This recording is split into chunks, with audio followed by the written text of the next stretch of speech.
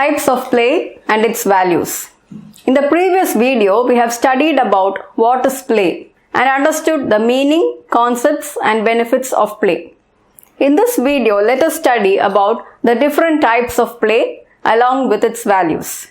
As we all know, play is an important work in early childhood. It's important to learn about how the power of play can help children imbibe important skills and prepare them to face the competent world. While play is often seen as something frivolous that children do to pass their time, play is an incredibly important part of child's healthy development. Play is actually child's work. Through play, children learn academic skills like effective communication, conflict resolution, problem solving, and cooperation.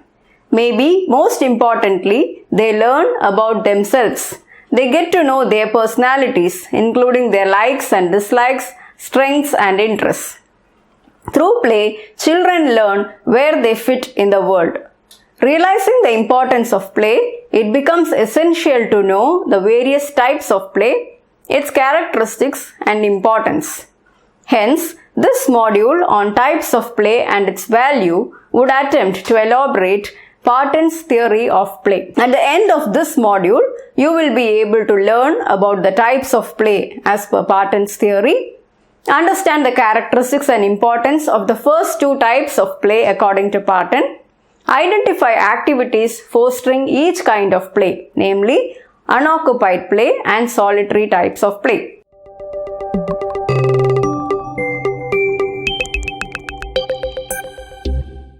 Play is of different forms, especially in the case of younger children. No child is seen sitting still. They can always be seen engaged in some sort of play or the other. One of the early researchers named Mildred Parton in 1932 studied children at play and stated that play is not hierarchical but depends on the situation or circumstances a child may engage in any kind of play. She has identified 6 stages of play that children progress through. It's important to note that each child develops at his or her own pace, so children of the same age may not show exactly the same types of play. Parton has classified the participation of children during free play by observing children of age 2 to 5. There are 6 stages in Parton's theory: unoccupied play, solitary play, onlooker play, parallel play, associative play, and cooperative play. As I mentioned earlier, in this video, we'll study about the first 2 types of play, namely unoccupied play and solitary type of play. The rest of the types will be dealt with in the next video.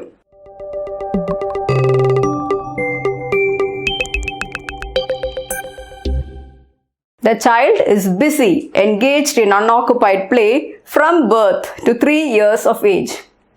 It's also called as free spontaneous play. According to Parton, it's an act that keeps the child engaged during infancy. It's an unorganized sort of play which helps the child to explore the surrounding. Children are relatively still and their play appears scattered. Unoccupied play helps the child to manipulate materials, master self-control and learn about the things around him or her. There are no rules and regulations. Unoccupied play looks like babies or young children exploring materials around them without any sort of organization. It's mostly demonstrated by infants who try to explore themselves around their new surroundings. The child explores the world through complete free thinking, movements and imagination. The baby plays alone and as long as he wants. He gets enjoyment by exercising his sense organs, and this play is exploratory in nature. For example, if an object which is colorful and smooth is kept near the child, he or she grabs, kicks and crawls around with it until an adult distracts the child through a surprising sound or physical contact. Idle observations and aimless movement of the body are examples of unoccupied behavior. Activities for unoccupied play. Here there is no need of any special equipment or play material. What matters is the environment of the child. Child just uses their sense organs to play. Other than the sense organs, the child only needs the presence of the adult as a supporting agent for the play.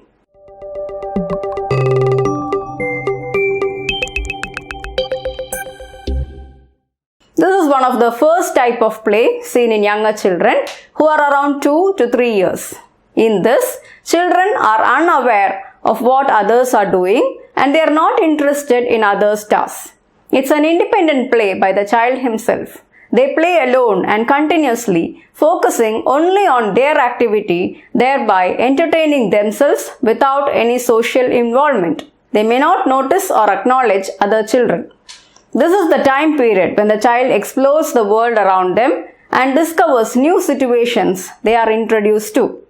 Adults sometimes might worry about children playing alone, but actually this kind of play is very normal. Solitary play helps the child to use their imagination and develop physical and mental skills, thereby mastering new personal skills. During this stage, a child will be able to explore, create and learn as to how things are working. They start using their imagination and apply rules while playing. It is said to be the preparatory period for children before playing with others. Children in this play are not expected to achieve any goal. Children often talk to themselves at the time of solitary play. There are two types of solitary play, namely active play and solitary imaginative play. Solitary active play includes make-believe play. It is considered to be the bridge between solitary play and social play. This play includes repeated simple movements with or without a toy. For example, a child playing on a beach, filling sand into the bucket and undoing it repeatedly for a long period of time. Activities of solitary active play. Certain toys that can keep the child engaged, such as blocks, electronic cars, bouncing balls, manual toy cars or bicycles, etc., which allow the child to release their energy and keep them busy for certain time. Solitary imaginative play is playing using a little bit of imagination, which strengthens the child's mental ability. It even helps develop their abstract thinking, language, and creativity. Children imagine situations and make up stories with their toys. For example, Wright has a blanket and molded toys to play. Using her imagination, she assumes the blanket to be her mansion and the toys to be her friends and serpents, in which Wright takes the lead role of a princess. She goes around giving commands or orders regarding the tasks which she imagines to be done by one of the dolls. Activities for solitary imaginative play. For this, an adult need not provide many toys or any other items. The child will usually make use of other materials that are usually available at home or in the environment and use them as their toys based on their imagination. The child, in addition, also uses all the toys which she or he has already been using and creates another new world of their own.